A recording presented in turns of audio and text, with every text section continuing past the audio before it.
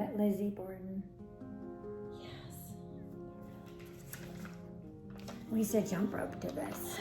They used to jump rope to this. I don't remember doing I that, don't remember it. I remember seeing videos of people doing it. I didn't know the poem. Lizzie Borden took an axe and gave her mother 40 whacks.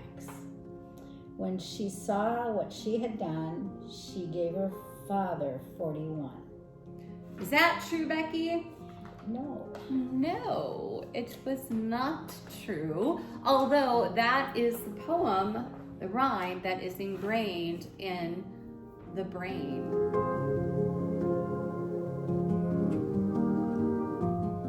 Hey everyone, and welcome back to our channel. My name is Jen.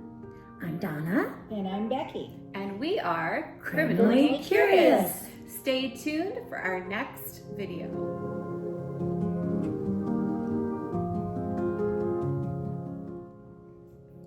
Welcome back everyone. We are here today with our newest video, and we are talking about the Lizzie Borden case.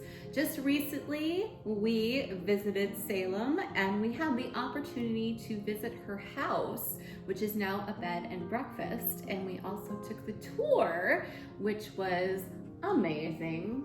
And we learned a lot, and we are going to be talking about our experience at that tour with you guys.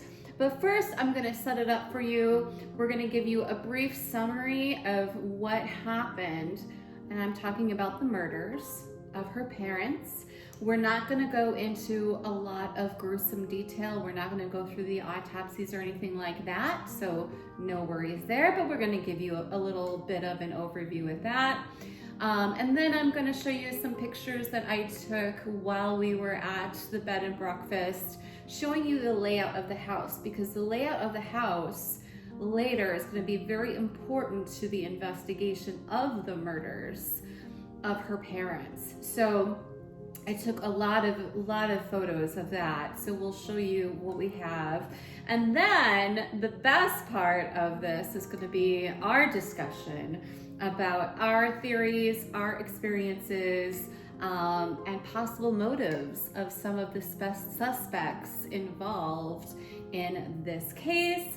And then we're going to finish up the video by showing you some video footage that I took when we visited Maplecroft, which was the home of Lizzie and Emma for a while, as well as the cemetery where the Borden family is buried. So that gives you a little overview of what this video is going to be about. All right, ladies, let's go ahead and let's get into it. Let's talk about the murders that happened in 1892, that summer, August 4th. We are giving you a brief summary of what occurred on August 4th, 1892. Lizzie Borden was the daughter of Andrew and Abby Borden, a wealthy but stingy couple, and they lived in Fall River, Massachusetts. Now that morning, August 4th, 1892, Andrew and Abby, which Abby was actually Lizzie's stepmother, okay, were brutally murdered in their home. Abby was struck about 19 times with a hatchet upstairs. She was on the second floor in the guest bedroom. And remember, the layout of the house is going to become important in this investigation, and we'll show you those photos coming up. But she was found on the second floor, struck 19 times with a hatchet, and facing down on the floor. And then Andrew was struck about 11 times while he was napping on the sofa on the first floor in the living room. Now, as you can imagine, suspicion fell on Lizzie very quickly, and she was only 32 years old at the time, living with her parents as well as her older sister Emma, who was 41 at the time. Now, Emma was not there, and this is going to be an important point when we come back to it later on. Emma was not there at the time of the murders.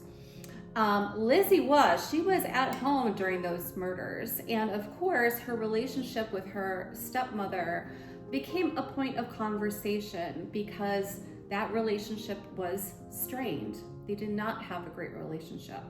There were also questions about her changing her alibi and her attempt to buy poison the day before the killings.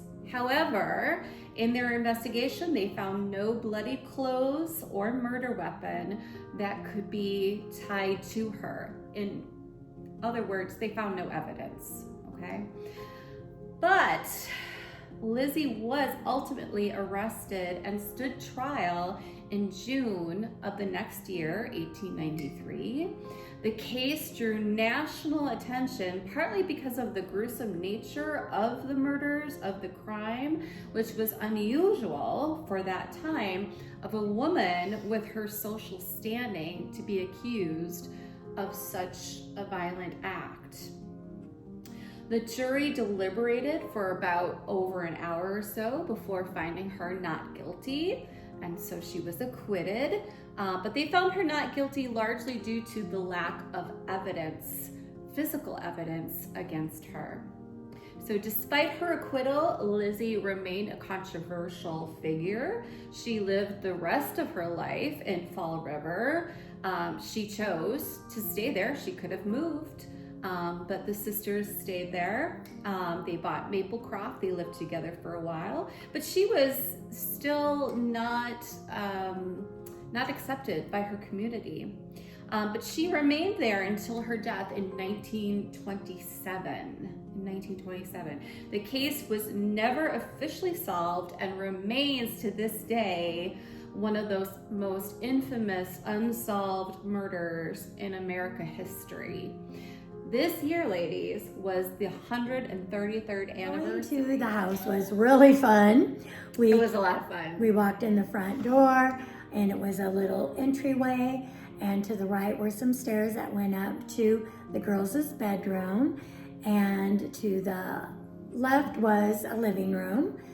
Straight ahead, we could see that there was a dead body laying on a little couch in there. A fake one. A fake dead body, which we were not expecting that they would have.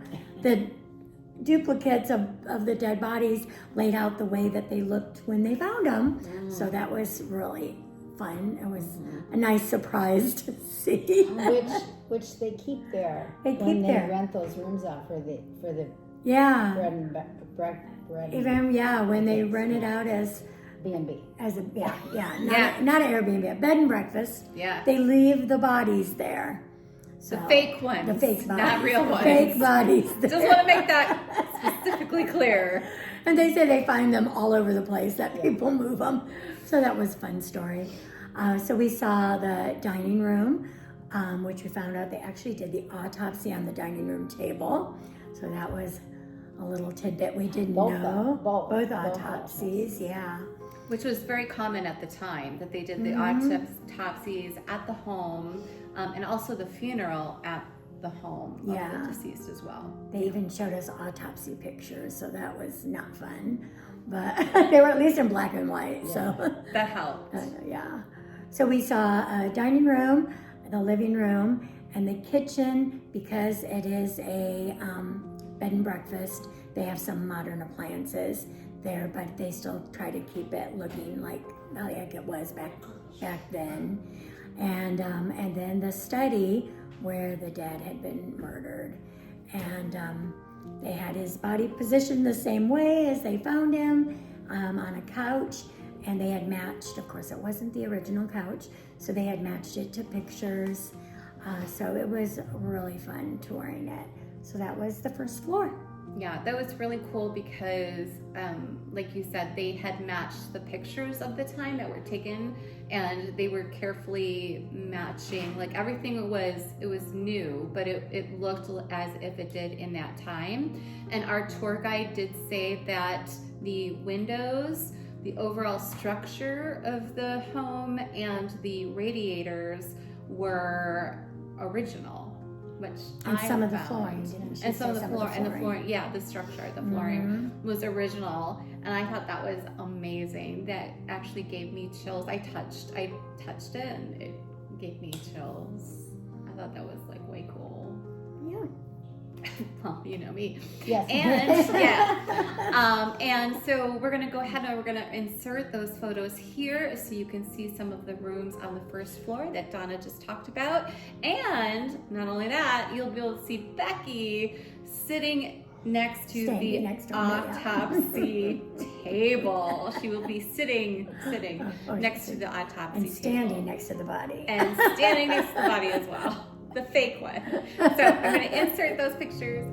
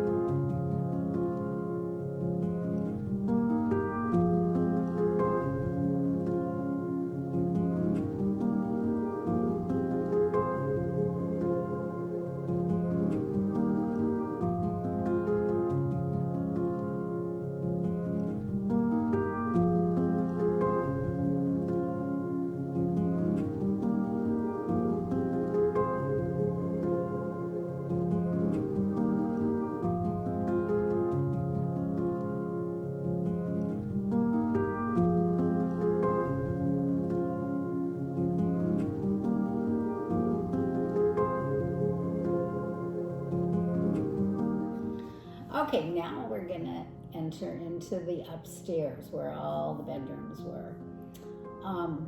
As you come up the stairs, at the top is a little landing, and there is a small bedroom, which was a guest bedroom. And that evening of the murders, the evening before the murders, their Uncle John was visiting, and he had spent the night there.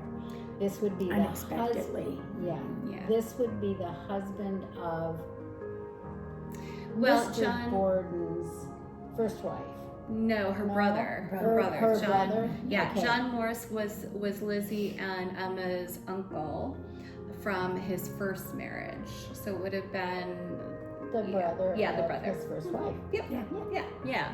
And that was usually when he came to the house, when he usually stayed there. It was in that guest room on the second floor. That was usually where he would stay. So, but yeah, we would, that guest room. So then you move on to your right, and there is a bedroom for Lizzie, and then to the left was a bedroom for her sister Emma. For Emma, yeah. And it was a little bit larger than Lizzie's, but And remember, there's no hallways, so you have to go Right, from that's right. room to room to get through. And a lot of the times the doors were locked because Mr. Borden liked to have all the doors locked. But yeah, you're right. So to get anywhere, you'd have to go through the rooms. There wasn't a hallway or anything. and to get to the master bedroom or her parents, stepmother and father, you went through a doorway that was in Lizzie's bedroom, and you went back, and there was their bedroom, and then off to the other side of it was a small room that was used for a den or a study or a dressing room or something. Yeah. Then beyond that is the Second back staircase, yep. the back staircase, which went all the way to the attic To the third floor. and all the way down to the kitchen. Yeah.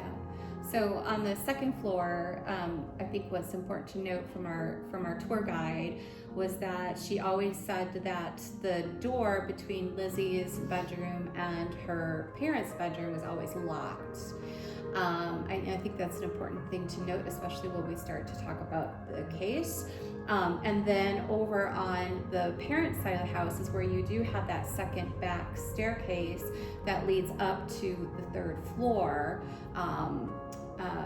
So there were actually two staircases in the house. There was one at the front of the house, and then there was one in the back of the house. And so what I'm gonna do is I'm gonna insert those pictures here so you can see the layout of the house as well. And in a little interesting, little fun tidbit here is that when you go to these rooms, they do have like little offering plates where people will leave coins and everything.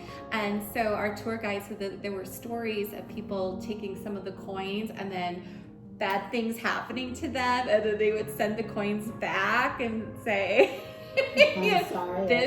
I'm sorry I took this from the altar. So that was kind of a fun tidbit. So in every room you have a little altar of coins that visitors will put in for each of the rooms that you could stay at. So each of the room is named after the person who had used that room. So anyway, here are some pictures.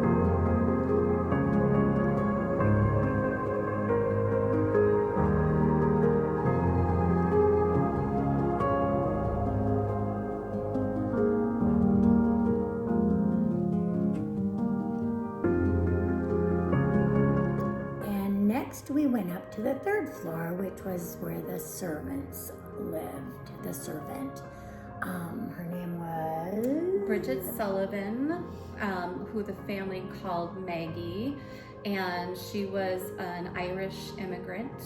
And at that time, in the late 1800s, in that area, that Fall River area, the Irish were not liked very much. Hey, now I'm Irish, but okay. But yeah, no. So she lived on the third floor. Yeah, they wouldn't even let her clean the second floor. She wasn't allowed on the floor with the bedrooms. So we went up to the 3rd floor, Mhm. and when I walked into her room, first thing I thought was, wow, it's a lot bigger than I expected. It had the slanted ceilings Yeah.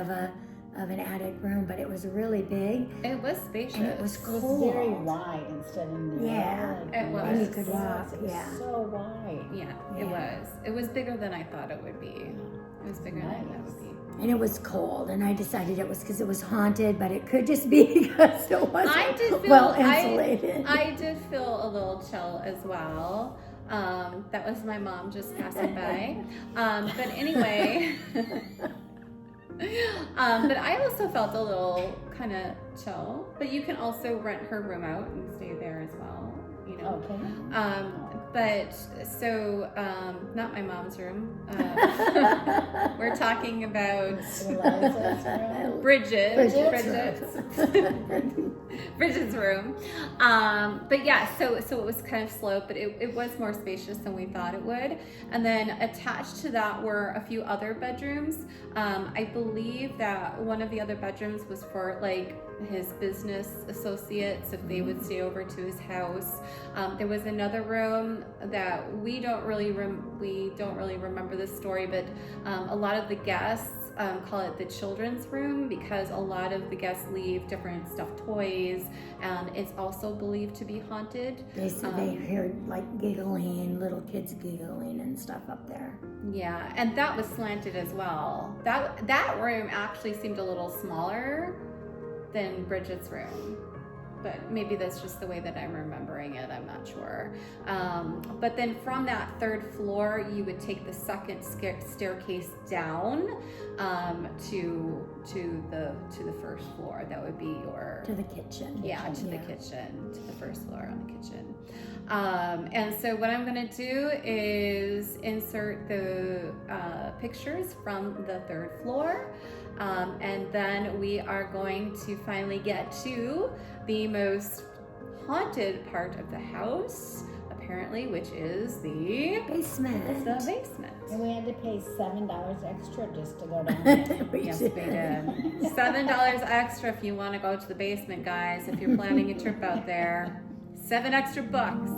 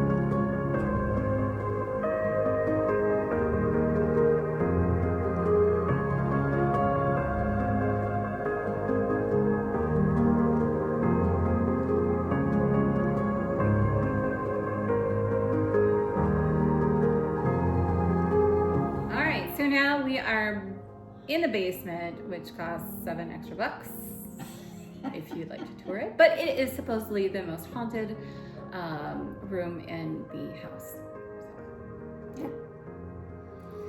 We actually saw blood on the ceiling that is still there from where Mr. Borden's body, blood puddled from the study and went to the basement ceiling. So And we that got they- pictures of that. That they had found through, what's that chemical that you use to find blood?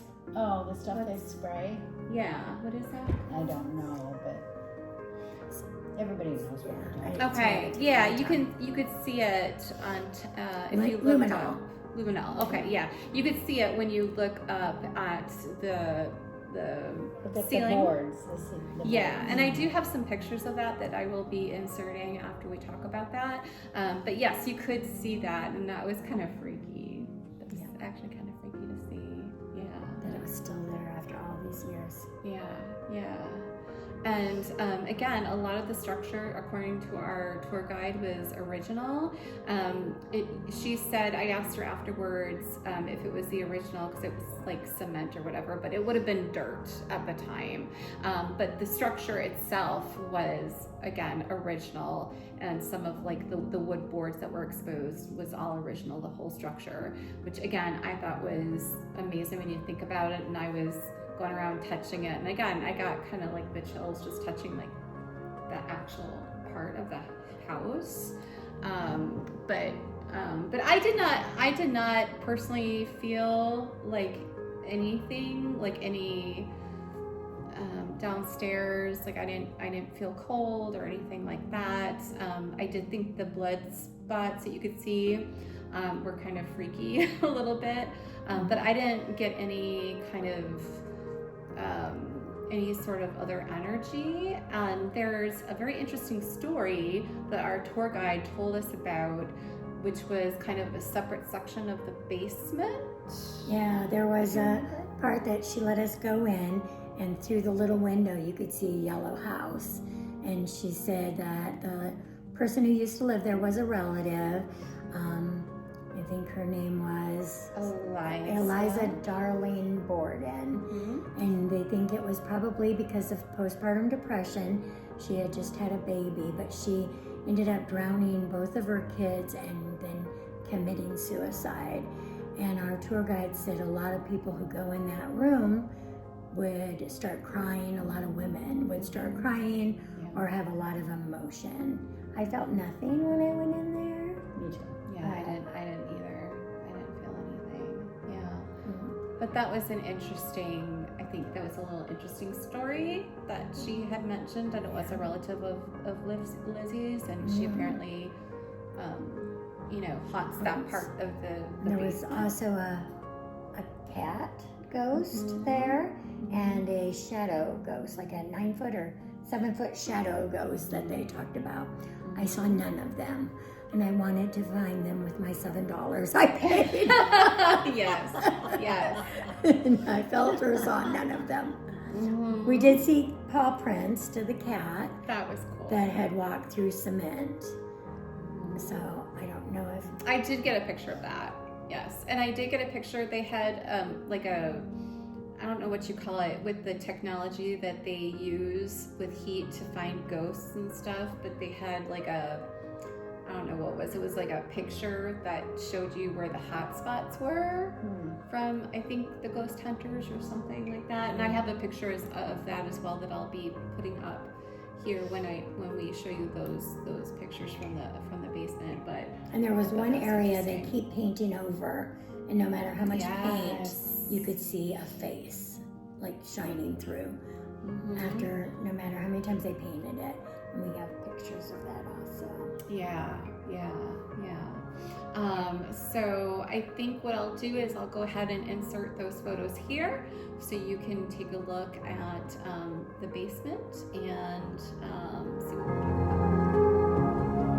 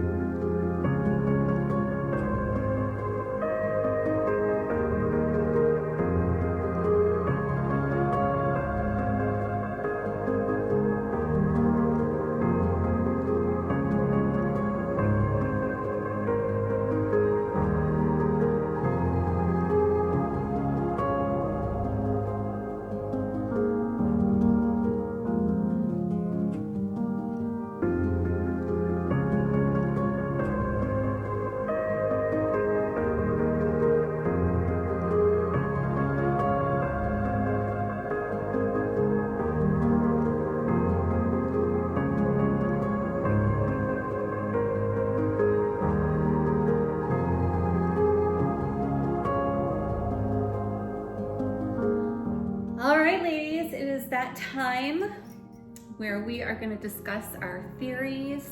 We're going to discuss who we think the suspects are, and ultimately, is Lizzie Borden guilty or not guilty of this crime of murdering her two parents? So,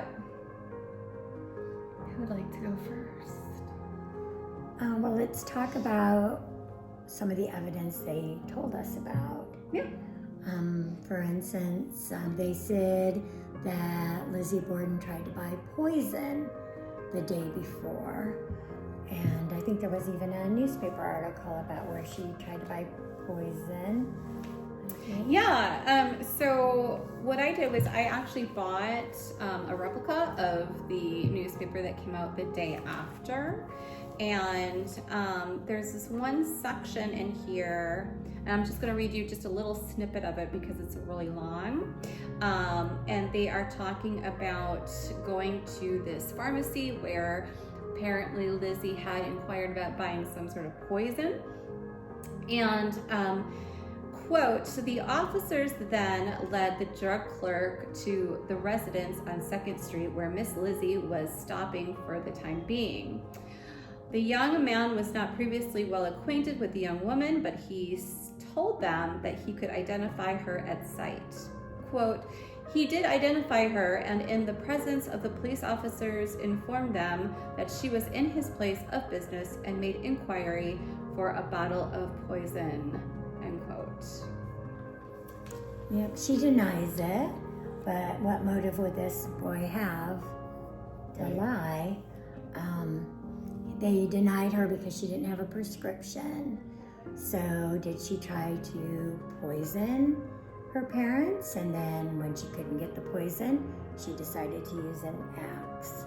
So that's one of the things that are on the Lizzie's guilty side.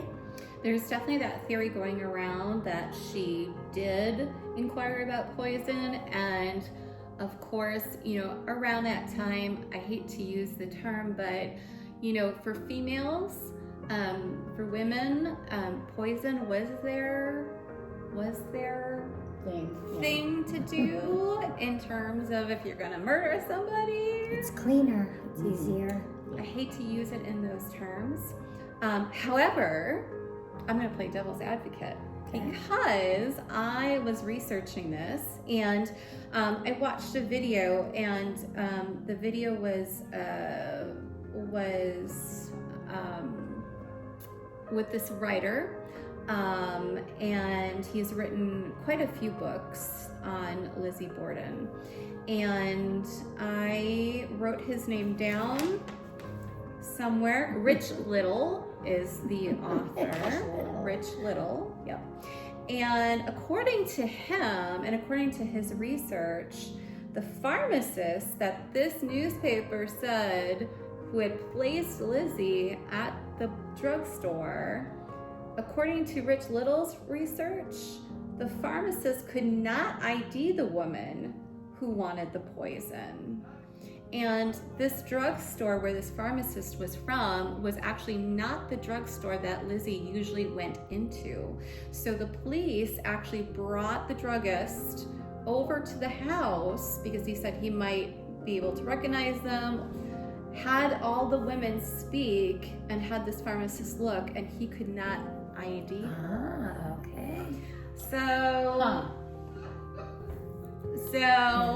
well, number one, if I was going to buy poison to kill someone, I wouldn't go in my regular. You would not. So that argument doesn't work. But this the other, is true. yeah. This is true. I would not either. Yeah. I would not either. Okay. But that is a theory. Yeah. The other theory was that the reason why Lizzie was inquiring about poison was because she had some sort of animal skin stole that she wore, and she said it was infested.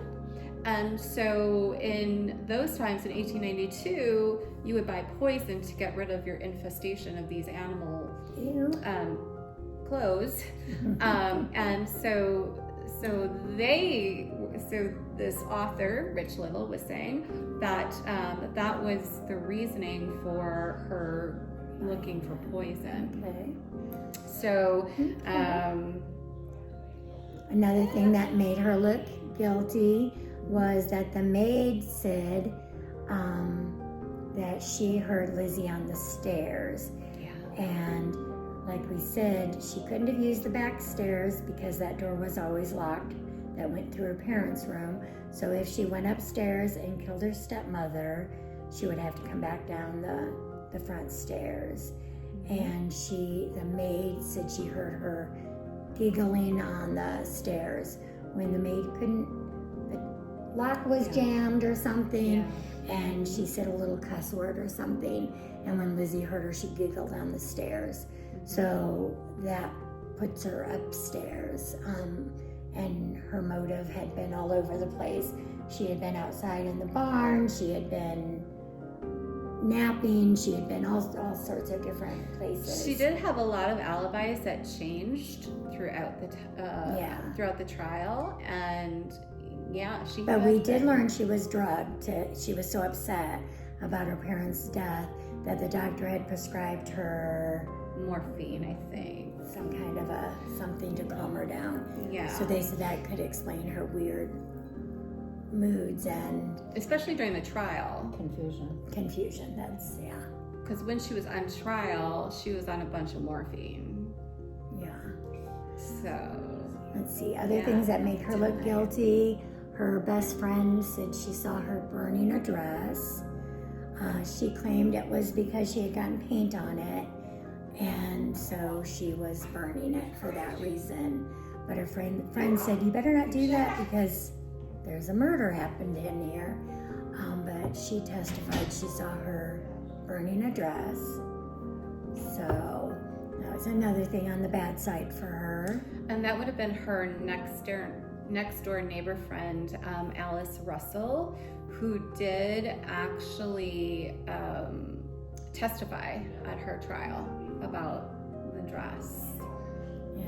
Yeah. Of course, in the Elizabeth Montgomery version, the movie, she killed her parents naked, so she would not had to burn a dress. That was in the movie. That was in the movie. Yeah. But there was a big bucket of water downstairs in the basement that was full of blood.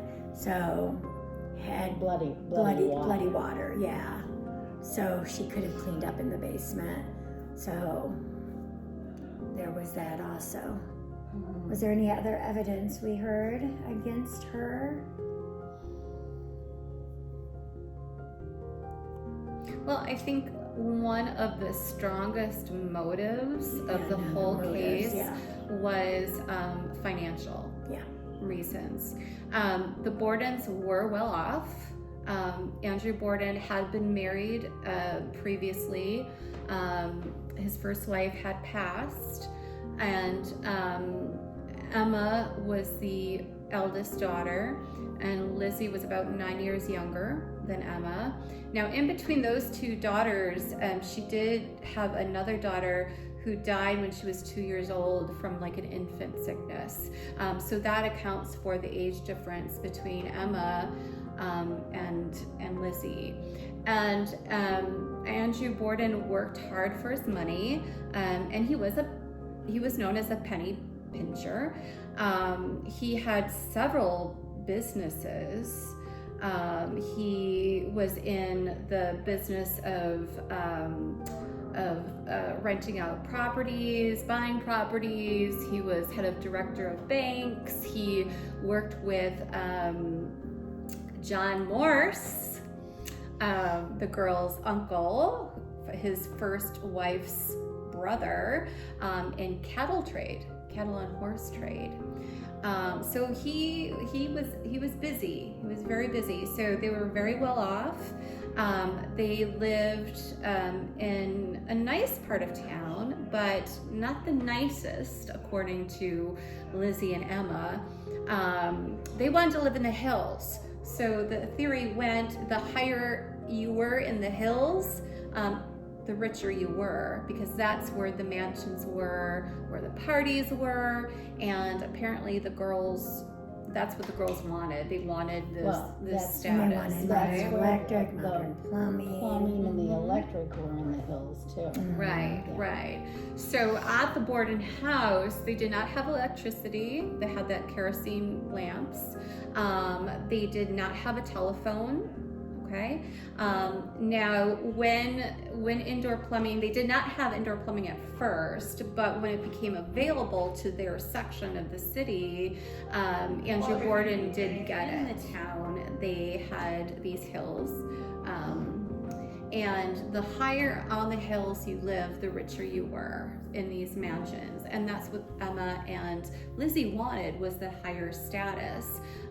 But their father was so stingy that they weren't able to achieve that. So they were 32 years old, 41 years old, living with their parents in the home. So I think definitely finances were a huge motive, especially since Andrew had gifted some real estate to some of Abby's family. Abby was the second wife. And I think that really made the girls I think that was the final straw. It was a jealous. stepdaughter. Yeah, right? stepdaughter. That Yeah. would be Yeah. hard to take. Yeah. And after that, Yeah. they quit calling her mom, because Lizzie was only 5 when her mom died. Mhm. And so she was calling her mom. But once he had gifted the stepdaughter real estate, she Mhm. started calling her Mrs. Borden. She wouldn't call her mom anymore. Yeah. And so Yeah. I think that was definitely the catalyst. Yeah, for sure, for sure. So I think that, finances were definitely a motive for the murders that took place. I think that would be one of the strong motives as well. Anything else that you can think of For that motives? are Or motives? No, I think that's the motive. The Yeah. fact that he Yeah. wasn't willing to put out money to make their lives better, Mhm. and upgrade the house, and then the final, insult. the cherry, the Yeah. cherry on the cake was the Yeah. gifting the money for the stepdaughter to have a house. Right. Instead of the girls. Oh, the other suspicious thing was they said Emma never left the house, and she left the house that weekend. And was it a weekend? That week, or whatever it was. Yeah, it was a Thursday. Yeah. It was And a she Thursday. went and stayed with friends, and they said she normally never left the house. Yeah. So were they in on it together, and she just didn't have Yeah. the stomach for it? That's kind of suspicious. And Well, that's I why think, she left. yeah, I think this is a good place. We talked a little bit about the motive, about finances being a motive. So I think this is a good place to talk about suspects. So who are the suspects in this case who could have committed these murders? And I think that just random people, passerby people in the town were ruled out pretty quickly. And so the only people that were at home during these murders were Lizzie and The maid. Bridget. Now, the uncle was in town, but he was not there, He was with supposedly. her Yeah. dad. And then the dad came home without him. At the time, So- right. At And it least was that's the story during the everyone's day telling. that this happened. Yeah. In the Broad- morning. broad- Yeah, yeah, in the broad morning. daylight. In the morning, yeah. So a thing, I want to go back to John Morse, because this goes actually with what I believe happened. Is that we had mentioned earlier in the video that he stayed the night before, which is true. He did stay the night before. It was common that he would stay in the guest room on the second floor of the house. And he was in business with Mr. Borden. They had the cattle and horse thing going on. There's a there was some speculation that he had a tryst with Bridget, with the maid, that it was known that, or it was reported that he would spend most of his nights on the 3rd floor, which is where Bridget's room was. But there's no solid evidence of that. But he did stay the night before, and an important thing to note is that night he had a fight with both Abby and Andrew Borden, which was overheard by Lizzie. And I believe the fight had to do with finances and with property. So that had been discussed as well with John Morse. The other thing with John Morse too is that he had left the house, I think slightly before Andrew did. He left around 8:45 in the morning, and I think Andrew left around like 9 o'clock in the morning. So it was reported that John Morse went to the post office and then went to go visit some relatives who lived in town. And the interesting thing is that when he went to go visit his relatives that were in town, his niece was sick. His niece was sick. So guess who was called to look at the niece?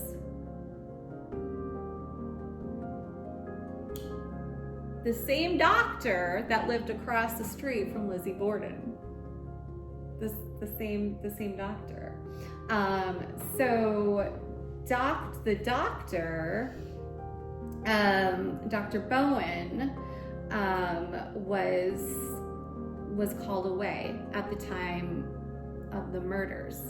Okay, so apparently Dr. Borden and John Morse was at his relative's house, but they never saw each other. Oh. They never saw each other, apparently. So John Morse left probably prior to the doctor getting there, perhaps, maybe.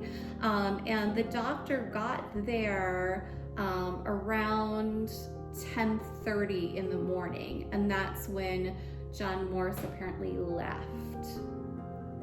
So I thought that was really interesting, that they didn't see each other. They were at the same residence, but they did not see each other. So the uncle left and the doctor stayed there to look at the niece, right?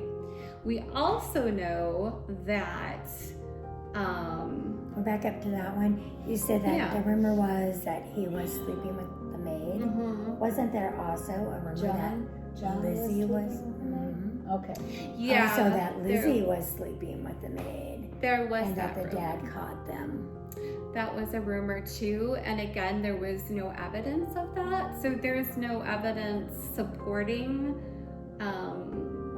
John Morse with the maid, with Bridget, and there's no evidence of Lizzie. But those are theories out there. I mean, you do hear about that all the time. Mm-hmm.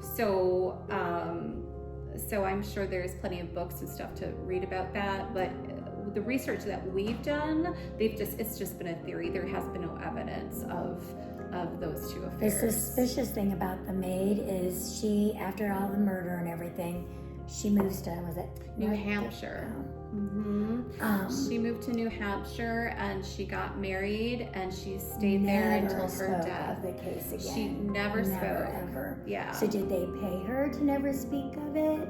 Did she have something to do with it? I mean, that's some good gossip. Wouldn't you be? Right. Yeah. Wouldn't you be telling everybody? So yeah. Right. So I thought that was a little suspicious. Mm-hmm. And I thought it was suspicious that her alibi was she was napping during the murder. At 10 o'clock in the morning, and you're a maid, and Lizzie had told her to clean the windows that day. Actually, the mother had told her to clean the windows that day. And then you take a nap? Did you get all the windows done before you? I thought that was a suspicious alibi, where she was napping and never heard any noise. I think that she had finished with the windows. From what I understand, I think she finished cleaning the windows and then tried to come back inside, and that's when you heard Lizzie, that Bridget said she heard Lizzie laughing because she couldn't get the door open. And then I think she went to the 3rd floor to take a nap. So I think it was after she had finished with the windows. Okay. From what I understand. That was a lot of windows, There was a lot of windows in the house. Wow, And so she could have been outside when Lizzie killed the mother upstairs. And then Lizzie was coming down the stairs when Bridget went up to take a nap. So that's why she didn't hear that one. Mm-hmm. And then being 3 floors up, and if the dad was asleep. And they say that Lizzie was a bigger woman, 180 pounds. Do we know how tall she was? I think they said something like 5'5". So that's something like that. That's average height, but a little stocky. So she could, especially if he was asleep, she could easily kill her father. Well, this is the other thing that I think is suspicious of John Morse. John Morse was a butcher, and at that time, butchers actually carried around what they needed. So he carried around a leather apron, which would have been easy to clean off the blood, right, when you use it. He also had a hatchet, a cleaver that you would use to butcher meat. But he was traveling from out of town. Would you carry that with you from out of town? Well, I mean, I don't know, but I'm just saying, Yeah. I'm just throwing it out there that he was a butcher, so he would know like what instrument to use, or he would have those tools with him. And also, would it take 17? Yeah, it's kind of a crime of passion. If you're a because it's butcher, you would know how to do it immediately. One And shot, that's maybe. a very good point. Now, to throw another wrench into this is that I've heard, and again, there's no evidence of this, and again, we're just speculating, and we're just scratching the surface. And this is in our opinion. This is just nothing. Exactly. Is I've been watching other videos as well, and other people have come up with the theory that it would have been possible, especially during the time in the late 1800s, that Lizzie and Emma could have been SA'd. So there could have been some incest going on as well, is what people are proposing. I don't know a lot about that. With the books that I've read and the research that I've seen, I haven't come across that, but I know that that theory is out there. So and that was part of their motive. And that could have been the passion part of it, right? Oh, I think money makes people pretty passionate. Yeah. Right. So either. And there was also a rumor that the dad had went to the garage and killed a bunch of birds that she had friended. The barn. The The barn, and killed a bunch of birds that she had friended with an axe. Some pigeons. Pigeons that she had made friends with. Yeah. And so the hatchet was in her mind because he had done that. Yeah. So we have a couple motives here between the three of us that we're thinking about. The first one is financial, which is the huge one. There is the possibility of the SA as a motive as well. And so also jealousy, right? On the part of the sisters of Emma and Abby. Lizzie and Emma, for well, I guess that would tie into financials as well, but the whole jealousy part of Abby's family getting some real estate and them not getting anything.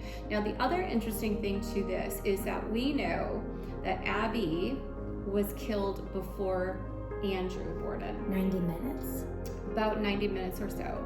So what happened was the investigators, the police, sent off the stomachs of both of them, and they that's how they determined the time that they had died and who was murdered first, is by analyzing the contents of their stomach, because they both had eaten breakfast that morning around 7 o'clock. So Bridget would have gotten up at 6 o'clock and got ready to make breakfast, right? So Abby Borden comes down around 6:30, and again, this timeline is based on Rich Little's research, his book. Abby Borden comes down around 6:30. Andrew comes down around about just right before 7 o'clock, and then breakfast was served around 7. And who is not there at breakfast around that time? Lizzie. Lizzie They said that come down. wasn't unusual. It wasn't unusual, but she didn't come down until 9 o'clock, okay? And then at 8:45, John Morse, the uncle, leaves to go to the post office and to his relatives. And then at 9 o'clock, Andrew leaves downtown to visit his establishments, check on his businesses, and so. Now at 10:30 is when Andrew Borden returned. So based on this, knowing that Abby was murdered before Andrew, at 10:30, Abby is already dead. And nobody knows. She would be in the guest room. She was cleaning the guest room when she was murdered. And that's where her fake body is if you go to the bed and breakfast. On the floor. On the floor. Okay. But how would, because he came back earlier than expected, if she was planning this murder, I wonder how she knew he would be coming home early. Well, was it just one person? Could there have been more involved? Okay. Right? Yeah. Could it have been more than just one person on it? The other thing that I want to add into this discussion is that at that time in 1892, Fall River had a pretty big police department. They had a police department of 125 working. Now, half of the department was out that specific day because it was the day of their annual outing to Rocky Point in Rhode Island. And they took the steamer out there. So it was their annual. They put an ad in the newspaper. And they put it in the newspaper. So we're not going to be in town. People would have known that half of the police department was not there. So they were shorthanded that day, right? And then the other thing that you, Donna, had pointed out, that Emma, who rarely leaves the house, decides to leave the house to visit a friend during the murder. She was not there. The doctor, Dr. Bowen, actually sent a telegram to Emma at 11:37 a.m. that morning to let her know. And that was after the police had been there. And also, the police were not the first people that were called. No, she called her friends, right? Well, the friends were told first. The friends came over, keep Lizzie company, that kind of thing. But a reporter noticed something that was going on at the house. The reporter ran down to a business that had a phone, because remember, the Bordens did not have a phone. Ran down to the phone. He called 3 newspapers before he called the police. Remember, I noticed. Trying to make some money. You know, this was a big thing back in 1892. This was big, big news. So before any police showed up, the newspapers knew about it, right? And so, of course, Lizzie had both of her, had her friends, had the next door neighbor, and her friend Alice Russell there when this was going on. So I wanted to just kind of throw that in there. Okay. The other thing, I know I keep saying that, but the other thing that I've learned too by Rich Little, this author, was the day, or possibly the week, that whole week, because the murder happened on a Thursday. The whole household was sick from eating spoiled meat, spoiled food. The whole entire, first it was Andrew Borden and Abby Borden, and then eventually Lizzie was sick that day as well. So she didn't go out until that night to go visit a friend or something. I can't remember who it was, but that, you know, if you believe that theory, then it couldn't have been her at the drugstore trying to buy poison, if you take that into account, that she had been sick with the same spoilage as the rest of her family. So it kind of depends on which theory you go with, right? Okay, so here's the big thing. Did Lizzie do this? Is Lizzie Borden guilty or not guilty? That's the question. That's the question. I'm gonna say guilty. Okay. Yeah, I think she's guilty too.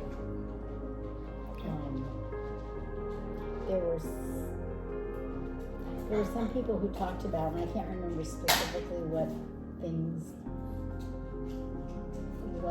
witnesses were talking about, but there were several witnesses that took Lizzie's side, and people really thought that wasn't possible. However, since she was upper society, she went to the church faithfully, she taught Sunday school, just all those things, people would have a tendency to stick up for people like that. Yes. And she was female. Girls don't commit murders, not especially bloody murders. Right. And from high society, you know. But I do believe she's guilty.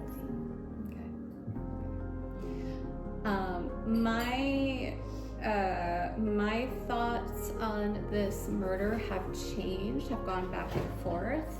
Me too. I believe Lizzie didn't do it. Who do you think did it? I think Lizzie Borden is not guilty. She may have known about it. I believe it was more than one person. I think Lizzie knew. I think Emma knew. And I think, unfortunately, Bridget was kind of roped into it because she was the servant. And, you know, and they paid her, you know, keep your mouth shut with what happens. I think the uncle did it. I think John Morse did it. Because his alibi and his reasoning doesn't add up for me. There's other things I've learned that I haven't really mentioned, but he had a solid alibi. He even remembered because he had to take a trolley, right, to his relatives. He memorized their number. He said 4 priests got on the trolley. People don't remember 4 people getting on the trolley. So he had this all, you know. So why would you remember all that stuff if you're not aware of a murder happening? If they confirmed his alibi, then he was on the trial. They didn't really confirm it though. It was sus. And then he comes back, doesn't even go into the house, goes to the backyard and eats pears. Oh yeah. That's sus. Then he notices someone at the back door. That's sus. And then I think. I don't know. That's true. So I think Emma, I think Lizzie, and I think Bridget knew about it, but I think the actual murders were done by John Morse.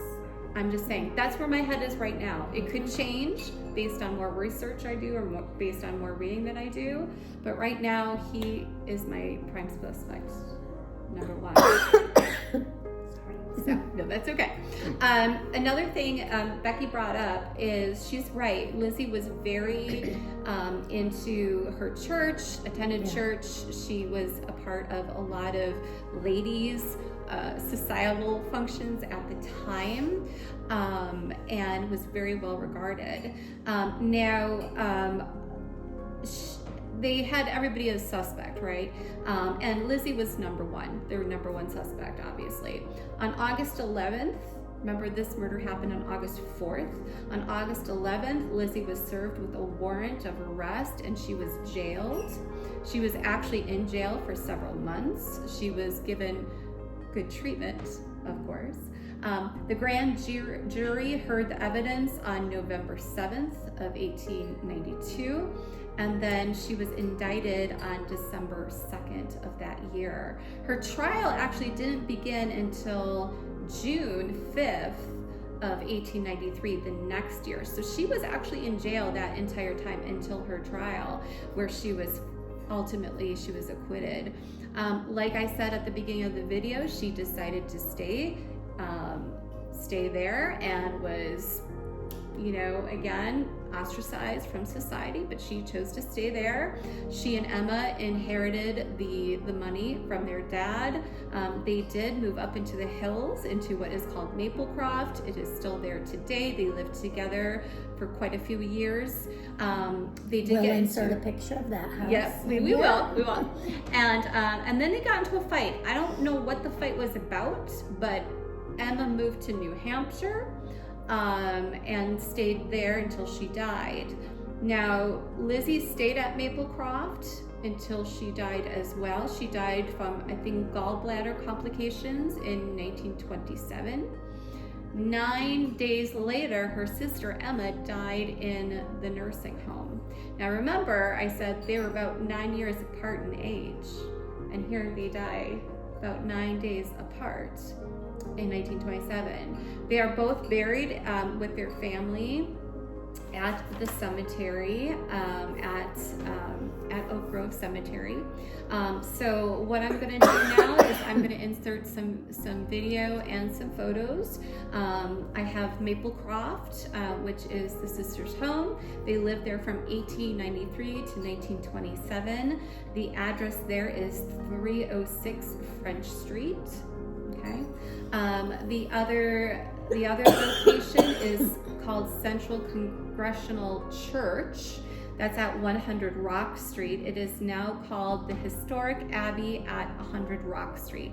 That is where the family went to church and where Lizzie Borden actually taught Sunday school. I've got video and pictures of that as well. It's a beautiful, beautiful structure. And then Oak Grove Cemetery, which is where the family has a plot, and you'll see lots of picture and some video of that as well. I do want to correct one thing. I said Lizzie died of complications from gallbladder surgery. That's not true. I'm looking at my notes right now. It was pneumonia. She was 66 years old. So I just want to throw that out there. In the videos, I made a mistake about some of the notable people, so I'll make sure to correct that as well. But we do have that video footage and those pictures. And I think we'll end it here, ladies. Yep. This was a great conversation. We may have a part 2 to this. Who knows? But we wanted to do this video since it's fresh in our mind and we've got our theories, and since we just visited the house. So this was fun. This was a lot of fun. So I will go ahead and insert those pictures and video here. Leave us a comment. Is Lizzie Borden guilty? Not guilty? Why or why not? Let us know in the comments below. We are eager to hear your thoughts on this case that is 133 years old. And as always, stay criminally curious. Like, share, and comment. Yes.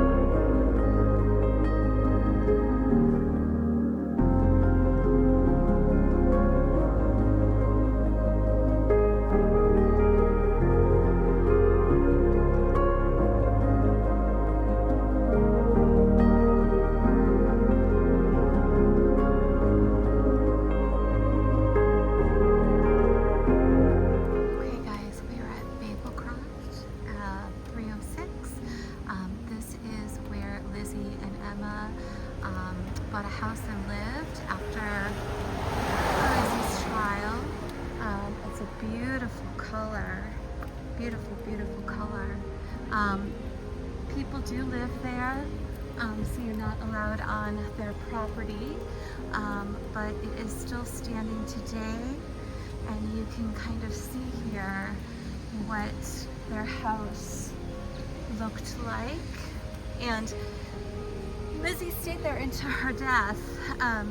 Emma moved out when she started to have disagreements with her sister, and eventually moved to New Hampshire and passed away 7 days after Lizzie did there. But this is where the sisters lived for a time, called Maplecroft. Beautiful, beautiful, beautiful house. So this is the church that Lizzie Borden had attended. It is no longer in service, but this would have been the original church that she had attended with her family. We're on 100 Rock Street in Falls River, Massachusetts.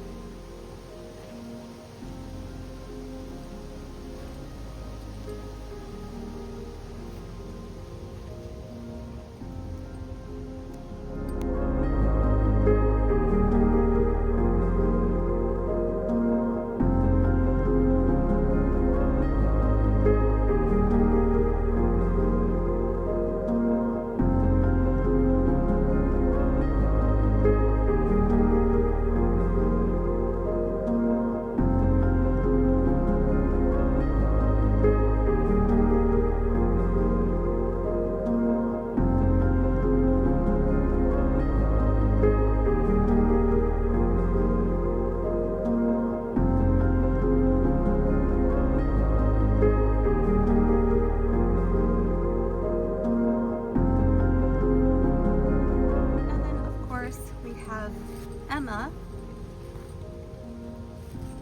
and Elizabeth. So years after the trial, Elizabeth wanted to put some distance between her and what had happened. So she actually changed her name from Elizabeth to Lisbeth. So that was how she was referred to after this trial, to separate her from that. Lisbeth and Emma.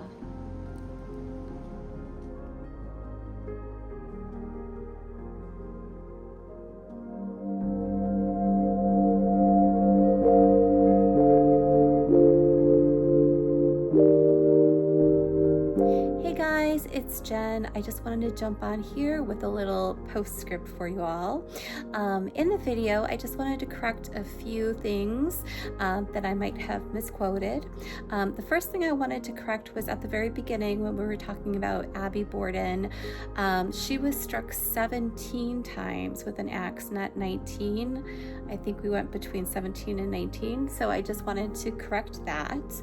The other thing is when I was in the cemetery, I believe when I was talking about Alice, that third stone, Alice was actually their sister, and she passed away very young, and that accounts for, I think, the age difference with Lizzie and Emma. So I think in the video I called her their stepsister, but it was actually their real sister. And then the last thing I wanted to mention was about Maplecroft, their house. I was watching a video on YouTube last night, actually, and it was a video about Maplecroft, and there were a couple things that I noticed in this video when they were walking past Maplecroft. I think it was the Grimm Collective, if you guys watch them. If you don't, I highly recommend their videos. Wife, husband, they go traveling to creepy places. Awesome. But in their video, which was 3 years ago, Maplecroft was for sale, and it was actually like cream colored, very neutral colored. It was not the bright yellow that you see in my footage. So the people who bought the property must have painted it yellow. it definitely stands out, right? If it was cream and just the neutral colors, you could have just gone right past it. But with that bright yellow, that canary yellow, you definitely see it. The other thing I noticed in their video that I didn't notice when we were there in person was the very top step in the front of the house. It actually says Maplecroft on it. So I thought that was a pretty awesome detail, and I just wanted to jump in here and tell you guys about it. So that's all I have to add to this video. Otherwise, I hope you enjoyed it. We'll see you soon.